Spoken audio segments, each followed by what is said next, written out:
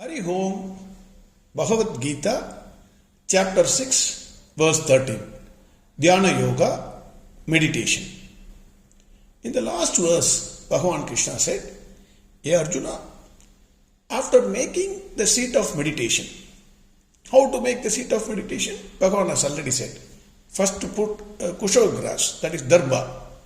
Then on that you put a deer skin and a soft cloth. Then sit on that seat. Control the mind and senses. Make the mind single pointed. Meditate for purification of mind. This is what Bhagwan said in the last verse. You have to meditate for the purification of mind. Then control your mind and senses. Having said that, Bhagwan in verse 13 is saying, Samam kaya shiro grivam dharayanna chalam sthiragam samprekshana sigagram swam dishaschana valokayan.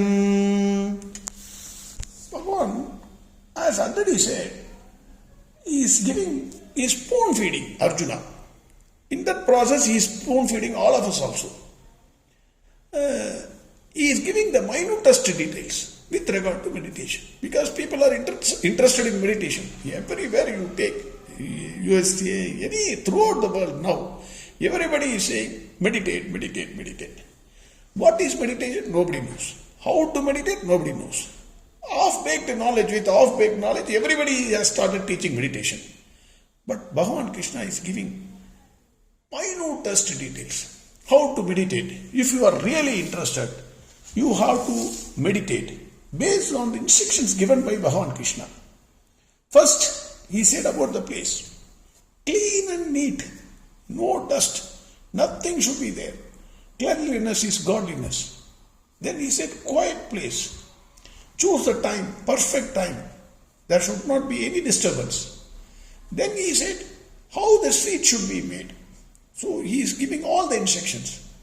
Then he said, you have to control the mind and senses. Then for meditation, the most important thing is single-pointed mind. That is the most important point. Single point, concentration. Now the question is, how to make the mind single-pointed? Bhagwan Krishna answers. Now, Bhagwan Krishna says, Samam kaya shiro grivam dharayanna chalam sthiraha samprekshana sigagram swam dishaschana valokayan. Samam kaya shiro grivam. Kaya shiro grivam dharayan. That is, kaya means we know. Kaya, that is body. Then shiro, shir, that is head. Then grivam, that is neck. After preparing the seat, after you sit down the seat, Bhagwan says, keep your spine, neck and the head in a straight line. It should be straight, perfect straight. There should not be any movement. That is the next step. Achalam sthiraha. That is the next step. Now, the question is, why the spine, neck and head must be kept straight? We are all logical thinkers, no? We will always question, like Arjuna, everything we will question. So even though Bhagwan says you keep your spine, neck and head straight, question is why? Why should I do it? So, my thoughts on this. Benefit 1. Brain, we all know brain communicates to the body. After the antenna, that is our sense organs, take the message to brain. Brain also gives instructions to the organs of action, how to act. What is the medium? Who transfers these messages? You go and see in the Google, the spine, the spinal cord. All the messages are received by the spinal cord and sent to the brain. The messages sent by the brain are taken by the spinal cord and sent to the various parts of the body. So, we all know if something is straight, Why the pipelines? You take any pipeline, water pipeline. It is all straight. Why? Because then the flow is not hindered. Smooth flow will be there. That is benefit number one. The communication channel, the in-between channel, if it is straight, then the brain communicates easily with the other parts of the body, and the other parts of the body also sends the messages to the brain easily. This is benefit number one. Benefit number two, the health benefits of sitting straight. Again, I would advise, go on Google. A separate GITA can be written on that. If you sit straight with your head and neck in the same line, what are the benefits? Just type and see. Hundreds of articles are there. So we are not going to get into it very deeply. Just I am saying that. The benefits. One of the benefits they are saying arthritis will not come. That is also one of the benefits they have said. Then benefit 3. Everybody, again, Kundalini Shakti. We are talking about Kundalini Shakti, the greatest power which is inside our body. The Kundalini Shakti is at the bottom of the spine. And in Kundalini practice, people what they do is, that Shakti which is available at the bottom of the spine, they bring it to your head, top of your head. So if you sit straight, again, the flow of that Shakti, that power, it moves on from one chakra to another chakra without any hindrance. These are all the benefits which I could think of if you sit straight. If the spine, head or neck is bent, because we are used to sitting in like a U-shaped fellow, because the sofa has come, my bed has come, the children, if you see the children, they used to lie down on the sofa, put their leg up and then in a U shape. They used to watch the TV and other things. If you bend, then the flow is not correct. And in course of time, in old age, you will also become a U-shaped fellow. So, it is always better to sit straight, making your spine, neck and head in a perfect straight line. That is what is recommended by Bhagwan Krishna for doing meditation. Then, next word, Achalam Stiraha. Why I should keep my body without shaking or moving? Why should I do that? Why Bhagwan is saying? Because once you sit down in the seat of meditation, hundreds of times you sit in, you have to try this. Reading is useless. Swami Chinmayananda says, any amount of reading, absolutely useless. It's a waste of time for you and for me also. Unless you sit in the seat of meditation, you practice, then only you will get the final result. Like car driving or swimming, you read a number of books on car driving, you will not learn car driving. A number of books on swimming, not of any use. You have to jump, you have to sit in meditation. Then you will see your body is paining, you will just move this way, that way, everything will happen. But the question is, why Achadam Stiraha? Why I should not move my body? That is the question. Commonly, if you see when a person is speaking, you go to any lecture or anything, wherever that person is speaking, you watch that person. Whether you are hearing that person, you are listening to that person, that's a different matter. You watch that person. His body will be moving. His hands will be going up or down, and whatever he wants to communicate, it will be doing. In meditation lab, you are not going to sit with anybody, but you are going to sit with yourself. In that process, you will be speaking with yourself. When you start thinking, naturally, you will be speaking with yourself. There will be some body, head and hands movement. Many a times, it's a common thing which I am saying. Anybody would have observed, suddenly you will be shaking your hands or nodding your head left to right or up and down. Somebody will ask, what is that you are going in your mind? Or you are doing something with your hands or your head, with your head. That is what people used to ask. That means what? You are thinking and speaking to yourself. In the seat of meditations, again, It is not that the day one you sit, immediately you get that deep sleep kind of a thing consciously. It is not going to happen. Many thoughts will crowd your mind, disturb your meditation. Then in that process, what will happen? You might have committed a number of mistakes. Who has not committed mistakes? Sita Mata says, when Hanumanji asked for permission to kill all the Rakshasis, Sita Mata asked, who has not committed any mistake in this world? Everybody must have committed mistakes. So your mistakes will come to you. Then in that process, you will be shaking your head. No, I should not have done this. I should not have done this. Then maybe your success may come to your mind. Then you will keep your head high. I have done it. Your smile will come on your face. Similarly, many thoughts will come and will not permit you to concentrate. All these thoughts will disturb your meditation. So, two ways it is. One is by controlling the body movement, you control your thoughts. Second is you know when you are moving that your thoughts are disturbing. So at that time, you have to remove the thoughts, filter the thoughts, calm down your mind. No, this is not the way. This is not the thought I should be. I should be wasting my time if I am going on that route. So what you should do is in meditation, when thoughts come, slowly, you remove all the thoughts. So when this happens, your mind calms down. If you are not able to appreciate this, watch the players, especially like games like tennis or something, where the individual players are playing. Once they hit a wrong shot, then you see the player's action.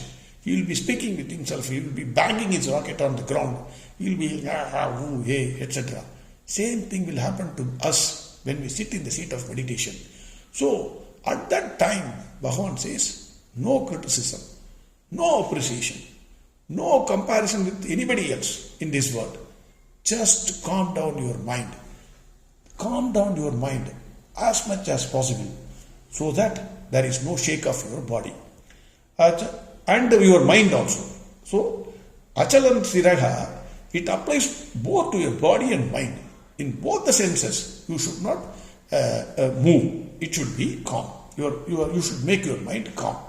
Then, Samprekshana sigagram swam. This is the most interesting words. These are the most interesting words in this verse, in verse 13. Because here, people have, what I understand from Swami Dayananda Saraswati and Swami Chinmayananda and others, people have misinterpreted this word. Literally, they have interpreted this. What this means, Samprekshana sigagram swam, that means Bhagwan is saying, look at the tip of your nose. That is the exact meaning of this. Literally, if it is interpreted these words, it will give the meaning, look at the tip of your nose. Then, Bhagwan giving so much logical arguments for meditation. Will Bhagwan say, look at the tip of your nose? Then it will make no sense. It will destroy all the verses which Bhagwan has been teaching on meditation. Why should I look at the tip of my nose? Then we must see all these words, English sentences. He is poking his nose in all the matter. Will that mean that he actually physically brings his nose and puts it into all the matters? Or he had a nose cut? That means, did you cut his nose? No. These are all literal interpretations. So, on these matters, we understand, okay, that means he is getting involved in all the matters unnecessarily. Or I gave him a nose cut. That means I told him not to interfere in my matters. Etc. we understand. Similarly, when Bhagwan says, you focus on the tip of the nose, we must correctly understand what he means. By that, what Bhagwan means.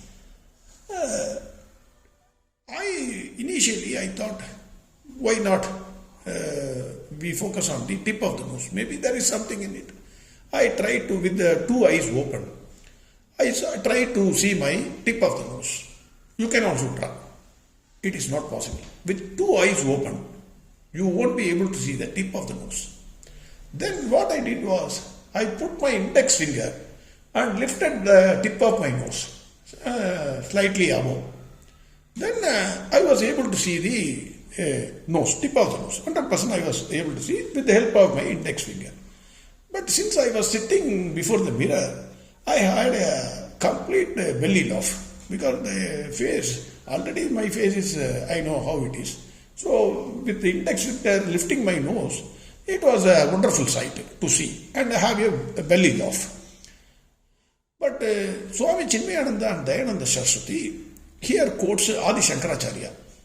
In his commentary on this verse, Adi Shankaracharya said, when Bhagwan says, look at the tip of the nose, it is as if you are looking at the tip of the nose. You should see that like that. That is what they have said. But further interpretation is not there. Again the question is, why I should look at the tip of my nose?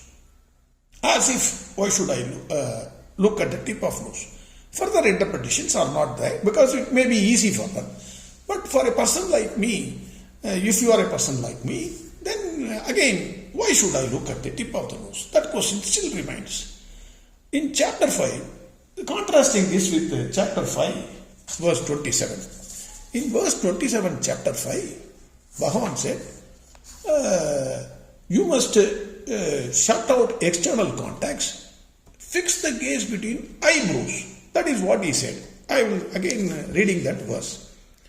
Sparshan krutva bahir bhagyam chakshuschaivantare bruvoho prana panau samau krutva nasabhyantaracharinau. Here Bhagwan says, chakshuschaivantare antare bruvo. You focus on the in between the eyebrows. That is what Bhagwan said. Why Bhagwan there said you focus on the eyebrows? Here he says you focus on the tip of the nose. Then why should I do that? Which one I should do? So that is the question. That is still there. So my thoughts on this is, you must remember one thing. Bhagwan here is saying about focusing. How to focus on the object of concentration. That is the point. That is what Bhagwan is making. We know Arjuna is a great archer of his types. He is a great archer. In Tamil the saying is, Villukku Vijayan. Villukku, even they have not said Lord Rama. Lord Rama is also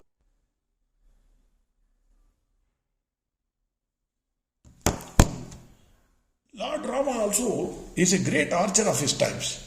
But still, in Tamil, the saying is Villukku Vijay. That means, if it is bow and arrow, then it is Arjuna. Nobody else. He is the top, he is the king. And we all know the story of how Arjuna hit the eye of the rotating fish by seeing its reflection in the water.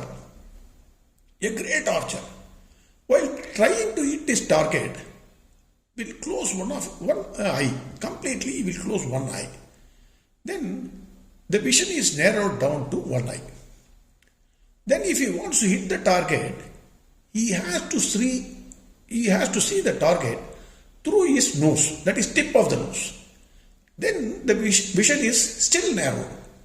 While thus seeing, the archer will see only the target and will perfectly hit the target. That is, when he sees, even though he closes one eye, then he has the arrow in his hands, he will see not with his single eye, he will see through the tip of his nose, focus on the target. Then when he releases the arrow, it will sharp hit the target. Perfect shot. Where what we call as perfect shot is the shot which is fired by looking at the tip of the nose in the target. Since Arjuna will understand this one, if you want to hit the target, you must focus through the tip of your nose. That is what Bhagwan is saying to Arjuna. Hey Arjuna, you don't focus on just because this will be further, it is supported by the next two words. You focus as if you are focusing through the tip of your nose while hitting the target. That is what Bhagwan is saying here. Here that is why Samprekshya nasigagram swam. You see through the tip of the nose, you focus. Then you are focusing on the object as if you are going to hit the target.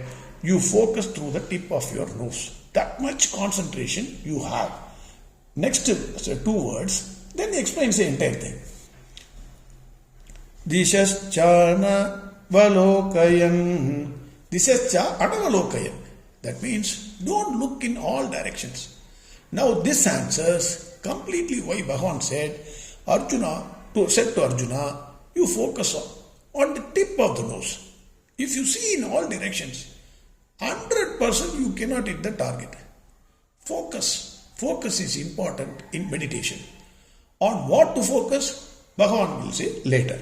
That is what verse 13 is saying. Now again verse 13.